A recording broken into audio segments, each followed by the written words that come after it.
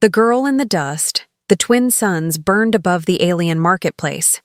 It was hot, dry, and filled with voices.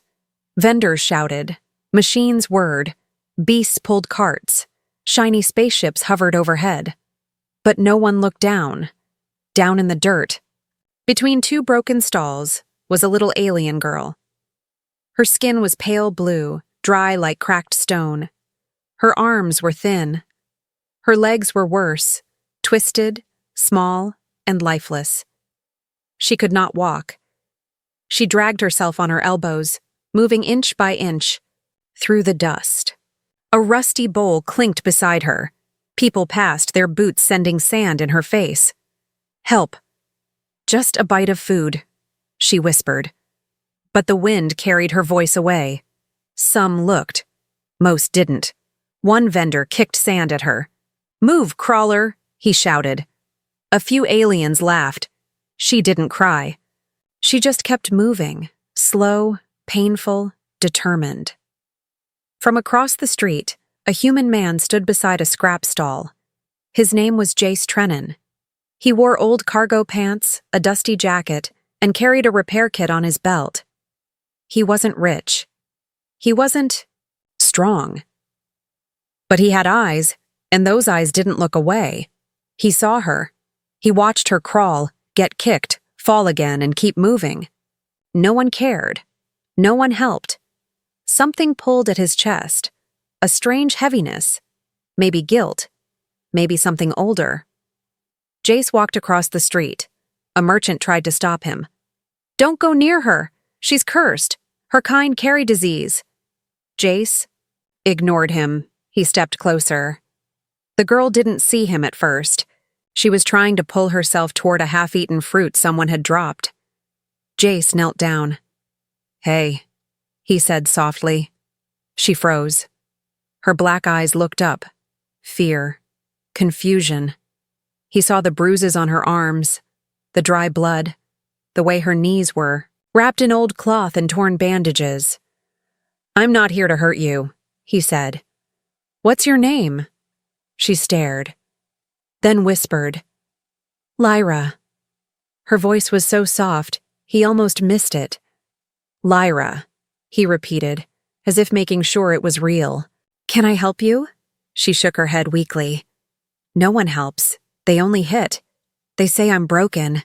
I have no legs that work. I am useless." Jace felt something tighten in his chest. "That's not true." She blinked. "Why are you talking? To me?" He looked around. "Because no one else will." He lifted her gently. She gasped and tried to fight, but she was too weak. "No, don't sell me. I'm not worth anything," she cried. "I'm not selling you," he said. "I'm taking you somewhere safe." The crowd began to murmur. Whispers spread. The human picked up the crawler. Disgusting. Why would he touch that thing? Jace didn't care. He walked through the market with Lyra in his arms. Dust flew behind his boots. The little girl's head rested against his chest. For the first time in years, she wasn't crawling. She wasn't cold. She was being carried. At the edge of the market, Jace opened the ramp to his small ship. Inside, it was nothing fancy. Just a bed, a small kitchen, and some old tools. But it was clean and safe. He laid her down gently on a soft blanket. Her eyes scanned the room. "You have a ship?" she asked. Jace smiled. "It's not much, but..." "Yeah? Are you going to fix me?" she whispered. He paused. "I'll try," he said. "But first, you need rest." He brought her clean water. She drank it like she hadn't seen water in days. He gave her a protein bar. She chewed slowly, unsure if it was real. Then she looked at him, eyes wide and quiet. "Why?" she asked. Again. "Because," Jace said, sitting beside her, "you remind me of someone I once failed to help." She didn't ask more. She was already drifting into sleep. Outside the ship, a storm of whispers started in the market. The broken girl was gone. The human had taken her. Some said he was stupid. Others said he was crazy. A few said he was kind. But none dared help her. Only Jace did. And from that moment on, everything began to change. Jace makes a choice inside. The small ship, the lights flickered low. Old wires buzzed quietly. The air was warm, filled with the scent of engine oil and metal. Jace sat on a stool beside the sleeping alien girl, staring at her fragile form. She was no threat. Just a child, broken, abandoned, forgotten. Her arms were marked by deep scars, old wounds from crawling across rough ground. Her bandages were soaked, brown from dried blood and dirt. And yet, even in her sleep, she held the food close to her, just like someone might steal it. Jace leaned back against the wall and ran a hand down his tired face. "What am I doing?" he whispered to himself. He wasn't a doctor. He wasn't a soldier. Just a repairman with barely enough fuel to reach the next trade station. Still, he remembered another child, a human one, back on Earth, a war orphan he'd failed to protect years ago. Her name had been Mara. He had frozen in fear once. That choice had haunted him. This time he wouldn't freeze. This time he would act. Lyra woke up with a quiet gasp. Her eyes darted around the small cabin. For a second, she looked like she might try to crawl again, try to escape. But then she saw Jace, sitting quietly, holding a steaming cup of soup. "You didn't leave," she whispered. He handed her the cup carefully. "And I'm not going to." She stared at the soup like it was made of gold. "It's warm," she said, her voice shaking. Jace nodded. "It's yours. All of it." She sipped slowly, eyes wide. After a moment of silence, she asked, "You're not afraid of me?" Jace shook his head. "Why should I be?" "They say I'm cursed, that anyone who helps me dies. That's why no one ever—" "People say stupid things," Jace cut in. "You're not cursed. You're hurt." After she ate, he gently unwrapped her legs. She flinched. What he saw made his stomach twist. Her legs weren't just damaged, they were mangled. Bones set wrong. No proper care. One leg was shorter than the other. Metal splinters stuck under her skin from crawling over broken floors. She watched his face. "See? Broken. Just throw me away." He looked her straight in the eyes. "Machines break all the time. Doesn't mean we throw them out. We fix them." "But I'm not a machine," she whispered. Jace smiled softly. "No, you're more important than any machine." That night, Jace made a decision. He dug through his old cargo locker and pulled out something risky, an illegal exoframe kit, designed for lifting cargo with leg support, meant for adult use. But he could modify it. He stayed up the entire night, cutting, rewiring, adjusting sizes, making sure it could fit someone as small as Lyra. Lyra didn't sleep much. She watched him, confused, curious, maybe even hopeful. "Why do you care?" she asked once more. Jace didn't stop working. "Because I couldn't save someone before. I won't let that happen again." The next morning, Lyra sat up and gasped. Before her was the frame, small metal braces lined with soft fabric and gentle shocks. It looked like a strange pair of robotic legs, made just for her. Her mouth opened, but no words came. "You'll need to learn," Jace said. "It'll hurt at first, but these will help you walk." Her hands trembled. "You really think I can walk?" "I don't think," he said. "I know." But outside, trouble was brewing. In the marketplace, a dark figure stood near Jace's stall. His eyes were sharp, his coat long, his face hidden under a steel mask. A local thug, a trader of secrets, a hunter of rumors. He had heard whispers. The human took the cursed girl. She walks now, maybe. He's building something for her. The masked figure smirked. That girl should have died in the street, he muttered. If she walks again, she might talk too. He turned and vanished into the crowd, already planning to sell her location to someone dangerous. Back inside the ship, Lyra stood for the first time, just barely, shaking, supported by wires and faith. Jace caught her when she stumbled, smiling. That's one step. She looked up at him. One is enough? For now, he said, and deep in his heart, he knew this was only the beginning. Her name was Lyra. The ship floated in the orbit of a half-dead moon. Inside, a small miracle was happening, one shaky step at a time. Jace helped the little alien girl stand again. Her legs were stiff in the yaw, exobrace trembling like tree branches in the wind. He stayed close, one hand ready to catch her. She looked down at her feet, metal and glowing faint blue. Her eyes widened as she leaned forward, then caught herself before falling. I stood, she whispered. I stood by myself. Jace nodded, smiling. You did. She looked up, confused. Why do you smile? I only stood for 1 second.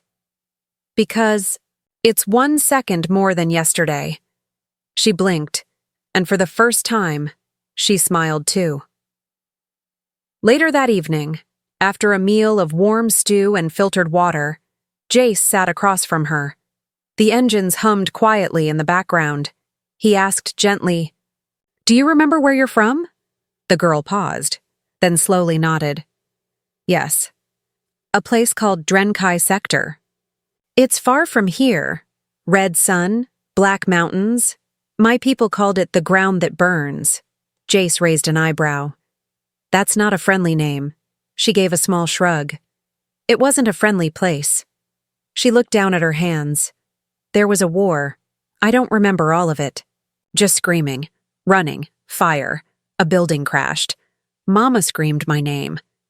Jace leaned forward. What is your full name? The girl hesitated, like she hadn't said it aloud in years. Lyra Vesisari. The name echoed inside the ship, like a ghost that finally found its voice. Jace froze. That name. Vesisari. He'd heard it before. It had been in the bounty logs. A missing child. Years ago. The daughter of an alien diplomat who had vanished during a border attack.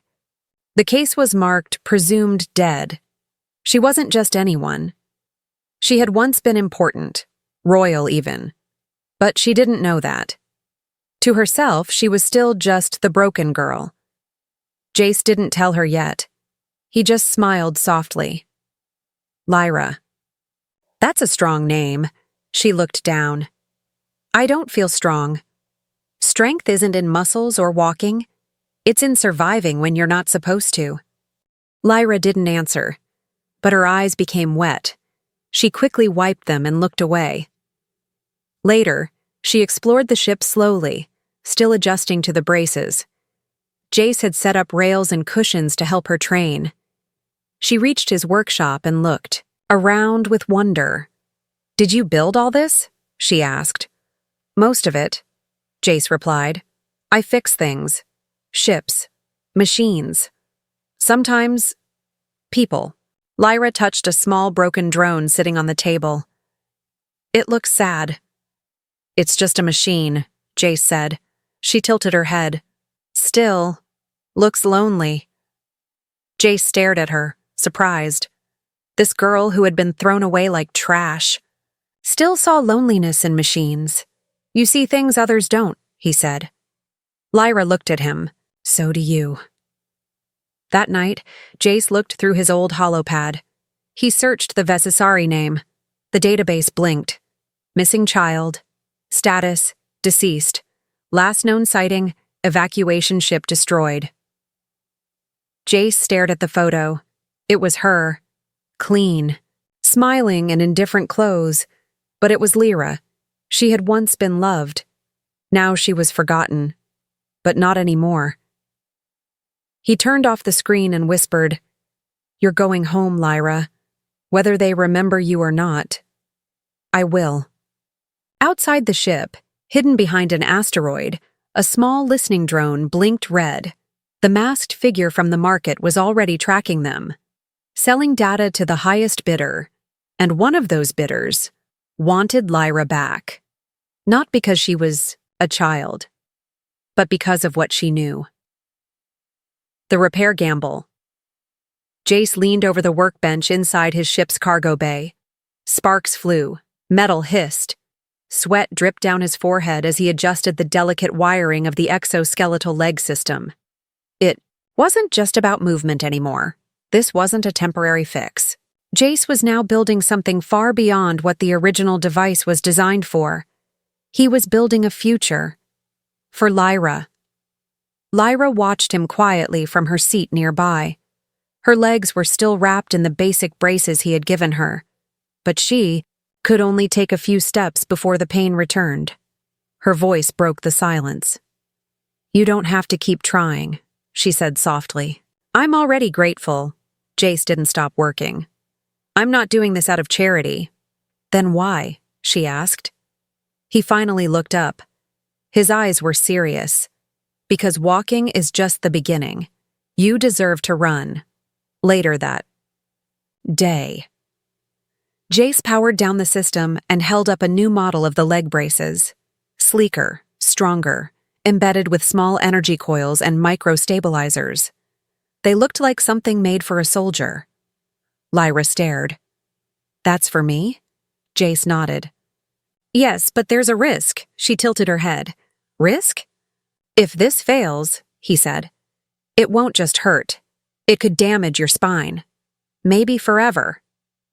He paused, waiting for her answer. But Lyra didn't hesitate. "I'd rather fall again and again than stay crawling forever." That night, Jace carefully removed the old braces. His hands were gentle. He cleaned her legs, wrapped fresh biogel around the worst wounds, and checked each nerve response. Lyra winced a few times but never cried. "I've never seen someone so brave," Jace whispered. "I stopped crying long ago," Lyra replied. "No one listened." "Well," he said, "I'm listening now." The next morning, the procedure began. Jace laid out the tools. Each screw, wire, and sensor had to be placed with perfect accuracy. Lyra lay on the medbed, staring at the ceiling, her fingers clutching the blanket tight. Jace glanced at her. "Still sure?" She gave a small smile. "Let's gamble." He nodded and powered up the system. The ship hummed. The exoframe clicked into place, fitting along her legs like a second skin.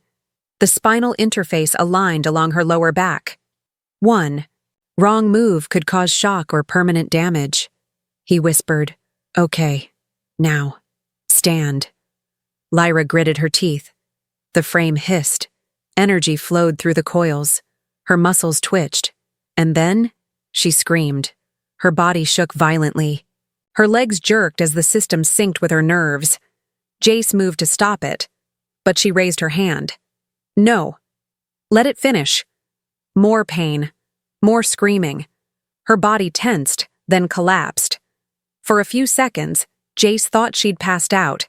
He rushed forward, then froze. Lyra was breathing and smiling.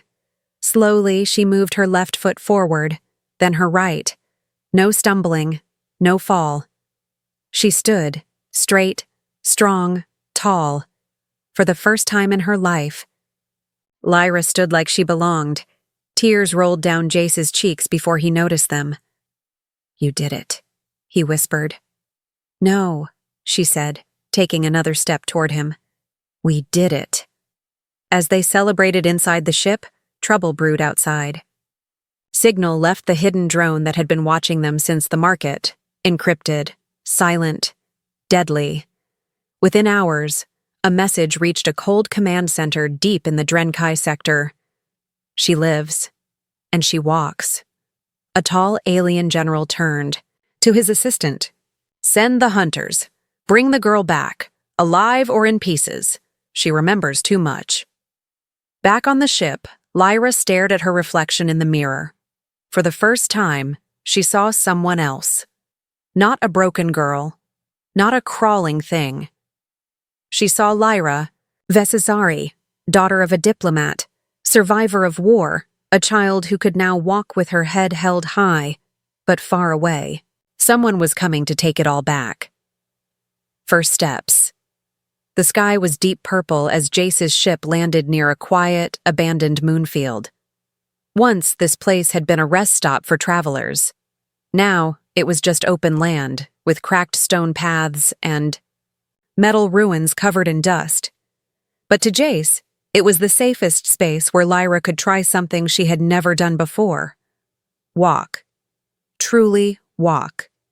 In the open. On her own.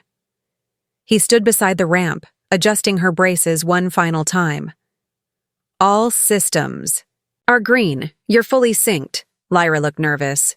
The stars reflected in her dark eyes. The wind brushed her face. Are you sure it's okay? She asked, her voice shaking. Jace smiled. You've walked 10 steps inside. Let's try 11 out here. She nodded slowly, then took a breath, and stepped onto the cracked path. The metal braces moved with her, smooth and balanced. No pain this time. The motors were quiet. Her body adjusted like it was always meant to move.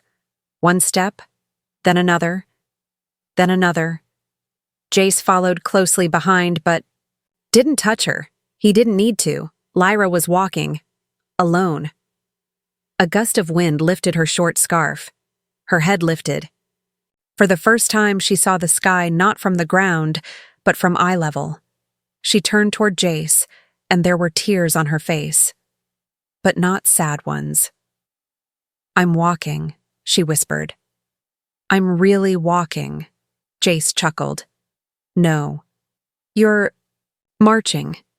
Lyra laughed, a sound Jace had never heard from her before. A bright, pure laugh that echoed across the empty field. They found an old broken bench near the landing pad. Lyra sat gently and looked up at the moons. Do you think I'll ever run? She asked. Jace leaned beside her. I think you might fly one day. Lyra looked down at her hands. You gave me a second chance, Jace. He smiled. You gave yourself that chance. I just opened the door. But far above, danger was moving closer. The hunter ship had picked up their trail. Dark. Fast. Cold. Inside it sat a single alien agent with skin like polished obsidian. His eyes were dead. No emotions. Only orders. On the display in front of him was a picture of Lyra Vesasari. Target reacquired, he muttered. Engaging soon. Back on the moon, Lyra walked again, this time farther, stronger. She stepped over cracked rocks, climbed half a stair. Jace kept the area clear, cheering her softly. Then suddenly, Lyra stopped. Her face went still. What is it? Jace asked, coming closer.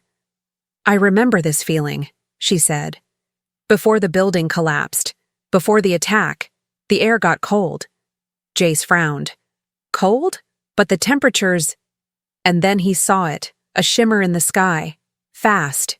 Too fast, a ship entering the atmosphere with no ID signals. Lyra's body stiffened. They're coming for me. Jace rushed back to the ship, dragging out his old plasma rifle and loading defense shields. Get inside, now! He shouted. Lyra turned, but her legs locked up for a second. Panic made her stumble. Jace ran to her and lifted her again. Not because she was weak, but because there was no time. Inside the ship, warning lights blinked red. Jace set shields to full. Lyra stood behind him, her hands shaking. I remember that ship, she whispered. That kind of hunter. They kill without words. Jace tightened his jaw. Let them try. He looked at her. This time you're not alone. And outside, the hunter's ship began its descent. Hunted by the past, the ship shook as a deep hum filled the air. Jace gripped the control panel. His screens lit up red. Incoming hostile. The hunter ship hovered just above the moon's surface now, silent and waiting. No warning, no demands. Just watching. Behind Jace, Lyra stood frozen near the wall, her new braces locked in standby. Her voice was barely a whisper. I've seen that kind of ship before, when my family died. The past hit her like a blast wave. She remembered screams. Fire. A woman's arms wrapped around her. A man yelling. The same sound of the ship's hum above them. Then the crash. Then darkness. And when she woke up, she was alone. Crawling, bleeding, forgotten. Now, the same kind of death machine had returned for her, and she was still just a girl. Jace didn't speak. He didn't ask questions. He simply moved. He activated the ship's pulse shield. He powered the emergency boosters. And he pulled Lyra close. They're not taking you, he said quietly. Not again. She blinked up at him. Why are you doing this for me? You're Lyra. That's enough. Outside, the hunter ship fired a warning shot. It wasn't meant to kill. It was meant to scare. But Jace had seen real fear, and he wasn't shaken. He looked at Lyra. We have two choices. Run or fight? Lyra stood a little taller. Her legs still trembled, but her eyes didn't. I'm tired of running, she said. Let's make them afraid this time. Jace nodded and handed her a small tool. Not a weapon, but a signal. Disruptor. Plant this near the landing gear. It'll scramble their scanner. She took it slowly. You want me to go out there? I trust you. That was all she needed.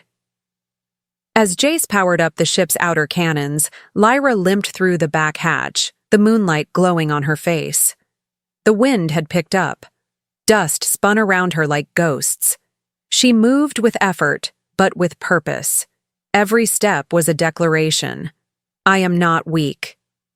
I am not worthless. I am still here. The hunter stepped out of his ship. Tall, black armor.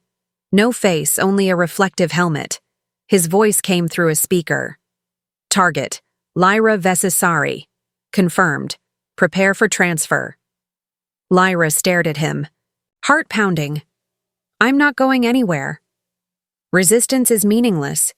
Your memory holds sensitive data. I don't remember anything useful. That's not your decision. Then the ground shook. Boom. Jace fired a warning shot from his cannon, knocking a crater near the hunter. That was your warning, Jace's voice echoed from the ship. The hunter turned slowly. You protect her, like she's your blood. She's better than my blood, Jace snapped. She's someone I chose. While the hunter was distracted, Lyra slipped to the side of his ship. Her braces whirred softly, keeping her steady. She planted the disruptor, clicking it into place. A spark. A hum. The hunter's ship buzzed and went dark. Systems scrambled. Jace shouted, Now! He fired again. The shot knocked the hunter off his feet. Lyra ran, truly ran, for the first time. Her legs screamed, but her will was louder. She dove. Inside Jace's ship, just as the hatch closed behind her. Breathing hard, she laughed through her tears. I ran. Did you see that? Jace grabbed her shoulders. You flew, kid. Then he turned to the controls.